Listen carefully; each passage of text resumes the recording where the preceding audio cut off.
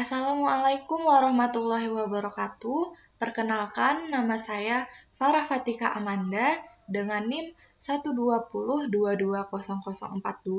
dari kelas RA.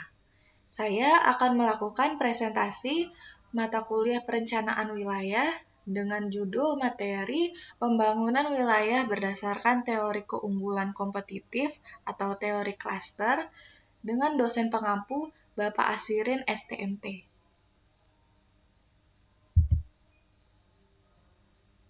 Berikut adalah daftar isi yang memuat latar belakang teori klaster, pokok-pokok pemikiran keunggulan kompetitif, pengertian klaster dan contohnya, komposisi klaster, pengaruh klaster, definisi pembangunan regional, dan kritik atas konsep klaster.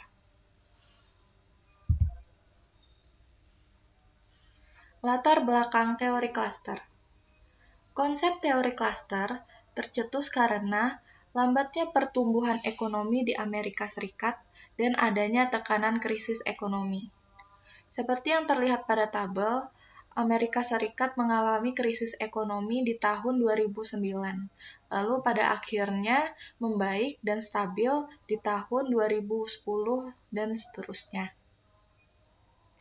Konsep ini dicetuskan oleh Michael Eugene Porter dengan mengembangkan konsep klaster industri untuk jelaskan konsentrasi geografis dari perusahaan-perusahaan yang saling terkait dan dapat meningkatkan produktivitas serta daya saing perdagangan dalam ekonomi nasional.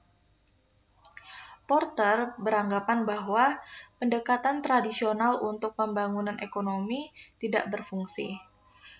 Pendekatan tradisional yang dimaksud oleh Porter yakni perbaikan lingkungan dan iklim bisnis, pembangunan industri-industri berteknologi tinggi, dan pembangunan pertumbuhan yang tinggi. Pokok-pokok pemikiran keunggulan kompetitif. Menurut Porter, ada 6, yaitu pembangunan berfokus pada keunggulan kompetitif, bukan penciptaan lapangan kerja. Yang kedua, pembangunan berbasis klaster, yang mencerminkan inti dari pendorong terciptanya lapangan kerja dan upah. Yang ketiga, pembangunan kekuatan yang ada saat ini dan yang potensial untuk dikembangkan. Yang keempat, pengembangan strategi pembangunan daripada daftar tindakan. Yang kelima, pembangunan dengan prioritas dan urutan. Yang keenam, pembangunan berdasarkan data, bukan politik atau pemikiran penuh harapan semata. Terdapat faktor-faktor yang menentukan keunggulan daya saing wilayah, antara lain faktor endowment. Faktor endowment ini merupakan faktor yang telah dimiliki oleh suatu wilayah, seperti lokasi, lahan, kesuburan tanah, iklim, sumber daya alam, bentang alam, pemandangan alam, lingkungan, penduduk, dan warisan atau cagar budaya. Lalu ada keunggulan secara makroekonomi, seperti kebijakan moneter, pembangunan manusia, dan kelembagaan politik yang efektif. Lalu ada keunggulan secara mikroekonomi, seperti kualitas lingkungan, pengembangan klaster, kecanggihan strategi, dan operasional perusahaan. Pengertian klaster. Jadi, klaster merupakan kelompok perusahaan yang saling berhubungan secara geografis, secara langsung, dan kelembagaan yang saling berkaitan dalam bidang tertentu, dihubungkan oleh kesamaan dan hubungan saling melengkapi.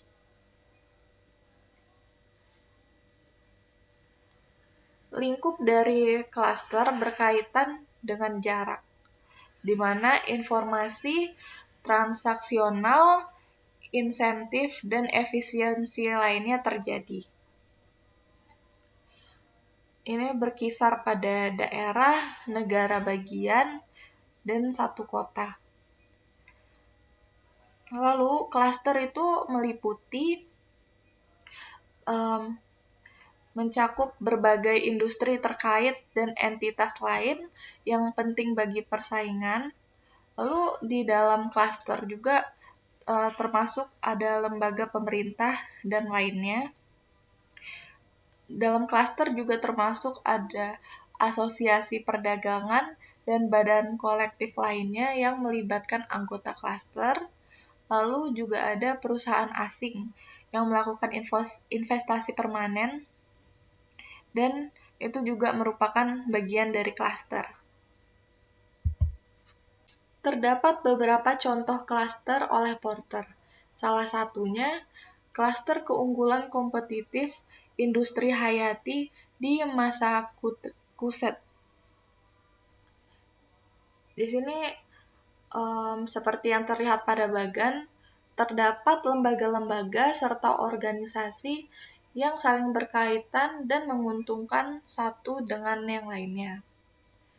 Di sini bisa dilihat terdapat rumah sakit pendidikan dan spesialis yang mendapatkan pasokan berupa produk-produk biologi dan biofarma yang didapat dari organisasi riset.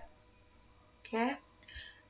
Serta terdapat produk, peralatan, dan berbagai penyediaan instrumen medis di sini itu dipasok dari klaster instrumen analisis.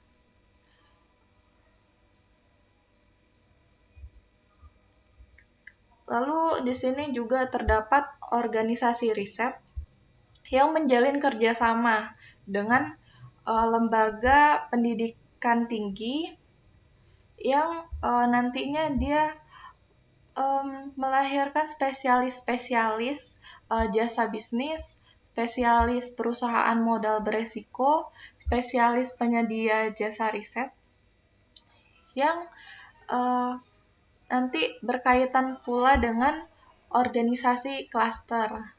Seperti itu.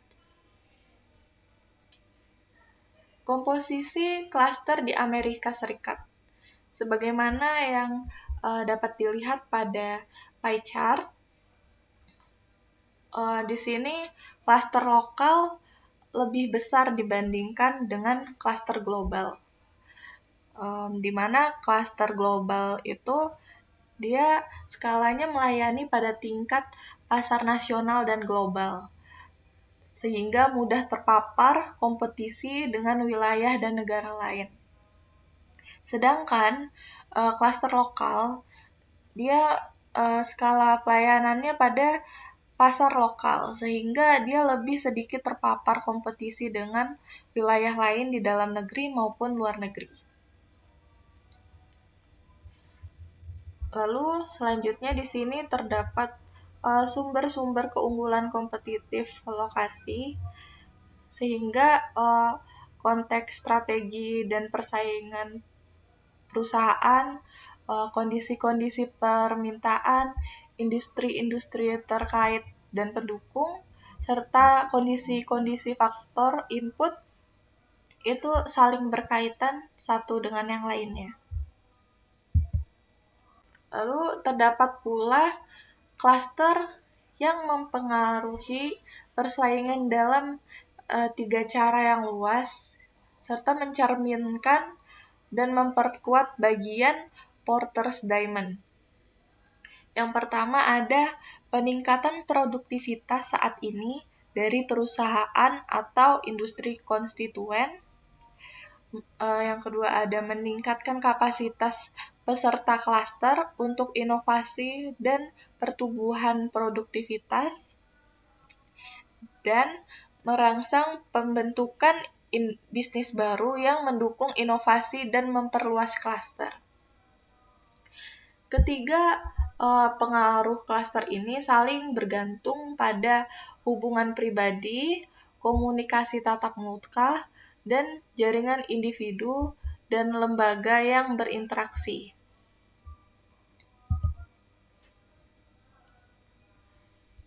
Di sini terdapat 5 contoh dari klaster dan produktivitas.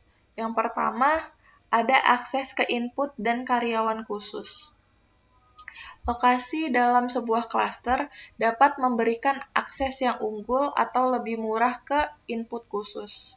Yang kedua, ada akses ke informasi, sehingga memperoleh informasi tentang kebutuhan pembeli saat ini itu lebih mudah diperoleh.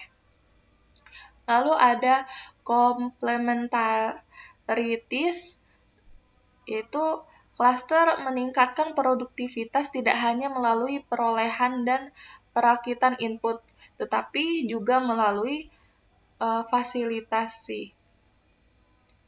Lalu ada akses ke institusi dan barang publik. Klaster ini membuat banyak input yang tidak akan mahal menjadi barang publik atau semu publik. Yang terakhir ada insentif dan pengukuran kinerja. Klaster membantu menyelesaikan atau mengurangi beberapa masalah agensi yang muncul di lokasi yang lebih terisolasi dan di perusahaan yang lebih terintegrasi secara vertikal. Lalu kemudian terdapat klaster dan inovasi. Di sini partisipasi klaster itu menawarkan banyak potensi keuntungan dalam inovasi dan peningkatan dibandingkan dengan lokasi yang terisolasi. Partisipasi klaster juga menawarkan keunggulan dalam memahami kemungkinan teknologi, operasi, atau pengiriman yang baru. Lalu di sini terdapat klaster dan formasi bisnis baru. Jadi keuntungan klaster dalam formasi bisnis baru itu dapat memainkan peran utama dalam mempercepat proses inovasi klaster. Perusahaan besar sering menghadapi berbagai macam kendala dan hambatan untuk berinovasi. Ini dikarenakan pembentukan bisnis baru, kedalaman dan luasnya klaster sering tumbuh seiring waktu, meningkatkan keunggulan klaster. Nah, manfaat klaster sebagai pengembangan ekonomi wilayah menurut Porter itu ada 3. Yang pertama, meningkatkan keterkaitan dan limpahan untuk mendorong perkembangan ekonomi yang pesat. Lalu yang kedua ada meningkatkan jumlah perusahaan terkait. Dan yang terakhir meningkatkan efisiensi dan efektivitas kebijakan ekonomi tradisional.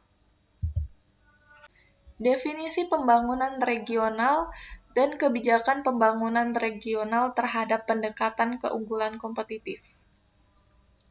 Yang mana pengertian dari pembangunan regional adalah peningkatan keunggulan kompetitif perusahaan, klaster, dan ekonomi nasional dalam pasar internasional.